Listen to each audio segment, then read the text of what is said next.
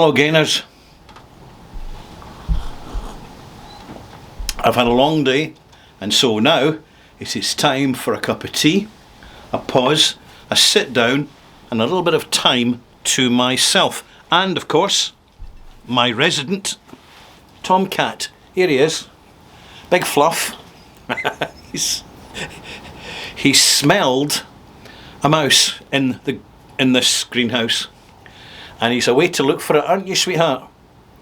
And you're not going to look at the tail going, oh, this cat means business. Off you go now. Happy hunting. It's their instinct. It's what they do.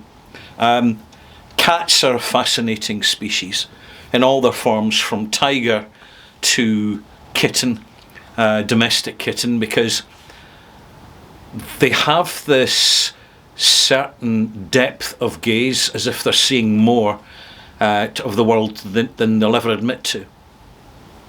And this is the way it is. And any human who is spending any time actually looking at what's going on in the world around will realise how little humans actually know. And that's probably the subject of my talk. In fact, I know it is the subject of my talk today to you, as part of this channel called Fitter Philosophy, in which I discuss stoic, experience-based stuff, to basically talk about what I'm observing to help you with the calibre of your observations. And today, late in the day, it's past the yard arm, as they say in nautical circles, and the storm is blowing over. There's a big storm come off the Atlantic. It's blowing from south to north. It's been quite what you call vigorous. Nothing new, by the way. It's, a typical standard short-term storm. It is nothing like a hurricane.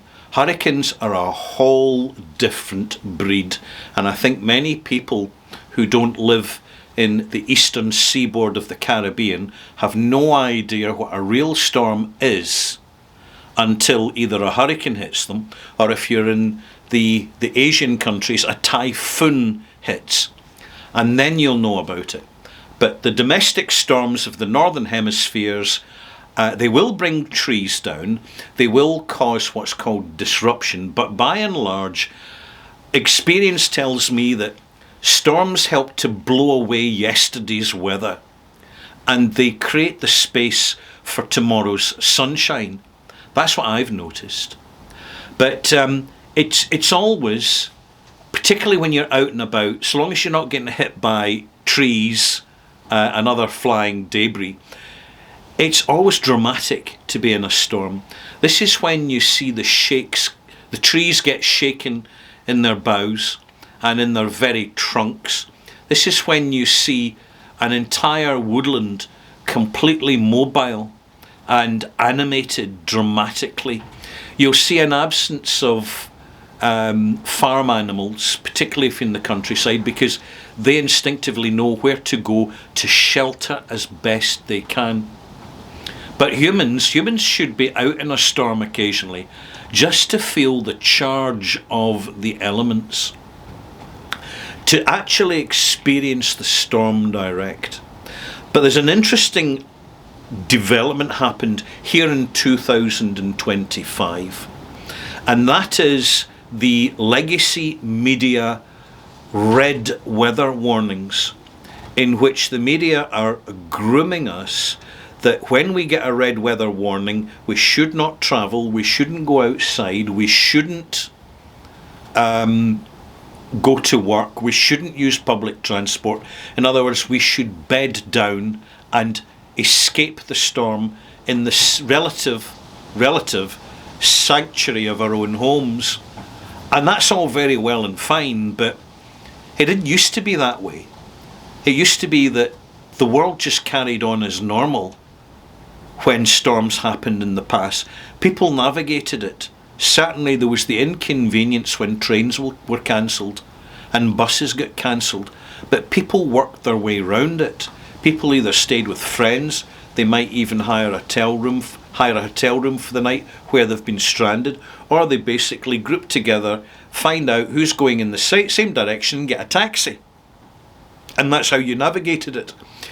But in modern times, this protectionist culture is growing, where the authorities use legacy media to alarm people, caution people, frighten people, condition people, control people to regard adverse weather warnings as something hostile, dangerous, and in need of protection from. I say the opposite. I know it sounds contrarian, but I think that every child should experience reality as it is. That every adult should take their kid out on an absolute stormy day and let them see the devastation of the elements, the power of the elements, the chaotic, foaming chaos. I know, double expletive. The chaotic chaos of a genuinely choppy sea where waves crash dramatically onto the shore, crashing into walls, splattering cars with pebbles, stones, and small grains of sand. Now, don't get me wrong, children should be at a safe distance. But children, when are children, they need to learn. And the best way that they learn is from immediate tactile experience. So if you are a parent, please supervise your child to get out in a storm and see how it works. Now, it means in the future, wherever that young person goes to as they grow up, anywhere in the world, when they get reference of storm warnings, they really know how to react. And it's not necessarily about closing your doors, bolting your doors, getting under the bed as if there's some kind of atomic blast about to happen. It's really not like that. It's an extraordinary, beautiful thing when viewed properly. It's not just the damage a storm does in the natural world. Even as it does its damage, it creates the opportunity for new life. It is an element of change, of transition, and children will instinctively get this, even if they can't express it. Adults are more censored, particularly self-censorship. Adults get more lazy in time. Inevitably, it's one of the benefits of surviving to old age is you could become introvert and grumpy and opinionated and not really care about the consequences. Hey, roll on old age. What more would I like to add? Not a lot, really. I was speaking to a friend, one final component to this. I was speaking to a friend who runs a business in the UK, and they've been instructed by their insurers that they have extended liability.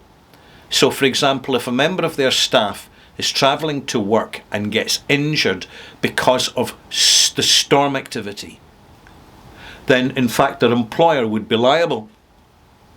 Now, I would ask, how about due care and attention and accepting of responsibility of the individual as they make their way to work?